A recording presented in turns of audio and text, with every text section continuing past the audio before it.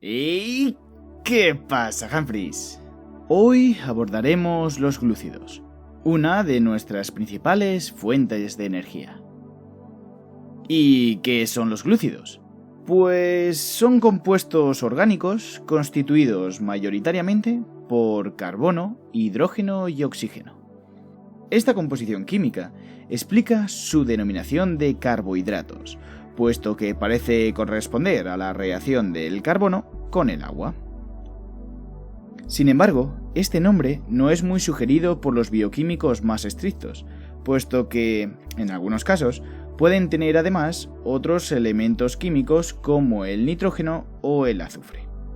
Sus funciones son variadas, pero destacan dos: estructurales, como la celulosa de la pared vegetal o la quitina del exoesqueleto de los artrópodos, y energéticas, véase la glucólisis y respiración celular o el almacén de glucógeno animal y almidón vegetal.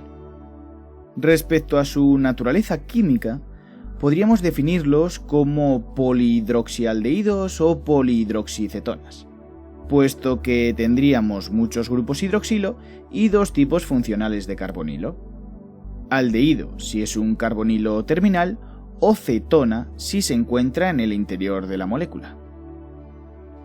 En cuanto a su complejidad, podríamos clasificarlos en monosacáridos u osas, siendo los más sencillos y constituyendo los monómeros a partir de los cuales se forman los demás glúcidos; óxidos, integrados por la unión de varios monosacáridos mediante enlace o glucosídico. A su vez, se podrían dividir en holósidos, constituidos exclusivamente por monosacáridos, y heterósidos, uniones de moléculas glucídicas con otras macromoléculas orgánicas, como las proteínas o lípidos, diferenciándose así las glucoproteínas, como el peptidoglicano de la pared bacteriana, y los glucolípidos, destacando los cerebrósidos de la vaina mielínica axónica y los gangliósidos necesarios para el reconocimiento celular vía glucocáliz. Por parte de los holósidos, en función de su longitud, tenemos oligosacáridos si se encuentran entre 2 y 10 unidades de monosacáridos unidos, y polisacáridos, uniones de más de 10. Respecto a los monosacáridos, podemos decir que solo poseen un único grupo carbonilo, por lo que reciben el nombre de aldosas si corresponde una función aldehído o cetosas si tienen una cetona. Normalmente tienen entre 3 y 7 átomos de carbono, pero los más conocidos son las triosas, como el gliceraldehído y la dihidroxiacetona, las pentosas, como la ribosa o la desoxirribosa, y las hexosas, como la glucosa. Todos ellos son sólidos, cristalinos, incoloros, de sabor dulce y solubles en agua, ya que tienen muchos grupos polares, como el hidroxilo. Su propiedad química por excelencia es su carácter reductor. Esto se pone de manifiesto ante las sales de cobre en la reacción de Fehling, pasándose de un color azul del ion cúprico al marrón del cuproso. Ahora vamos con un tema peliagudo: la isomería. Al dibujar el monosacárido en el plano del papel, según la proyección de Fischer, veremos que en ciertos carbonos, los 4 grupos funcionales a los que se haya unido son diferentes. Estos se llaman carbonos asimétricos y determinan diferentes isómeros espaciales o estereoisómeros, los cuales reciben distintos nombres. Enantiómero, si son imágenes especulares no superponibles entre sí, y diastereoisómero, si no son imágenes quirales. Por su parte, si no es una imagen especular por la distinción en un único carbono asimétrico, es lo que llamamos epímero, un tipo especial de diastereoisómero. Habrá tantos estereoisómeros como 2 elevado al número de carbonos asimétricos. Si todavía vuestro cerebro no ha colapsado, vamos a indagar un poco más. Para los enantiómeros, es decir, los que son imágenes especulares, si en la proyección de Fischer el grupo hidroxilo del último carbono asimétrico queda a la derecha, se denomina D, como esta D-ribulosa. Por su parte, si queda a la izquierda, se denomina L, dando L-ribulosa. ¿Y para los diastereoisómeros? Pues los diastereoisómeros reciben diferentes nombres, como la silulosa derivada de la anterior ribulosa. Ahora, ya para machacaros totalmente, tenemos que decir que, aparte de esta isomería espacial, tenemos una isomería óptica, resultado de estos carbonos asimétricos, pero totalmente independiente del anterior. Así, si un rayo de luz polarizada atraviesa una solución de monosacáridos, si se refracta y desvía hacia la derecha, en el sentido de las agujas del reloj, será de estrógiro. Por su parte, si la desviación es hacia la izquierda, en sentido antihorario, será levógiro.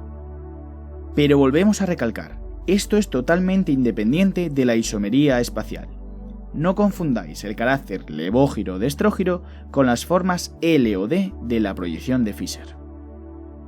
Ahora bien, como ya sabréis, los monosacáridos suelen ser representados con formas poligonales y no tan lineales.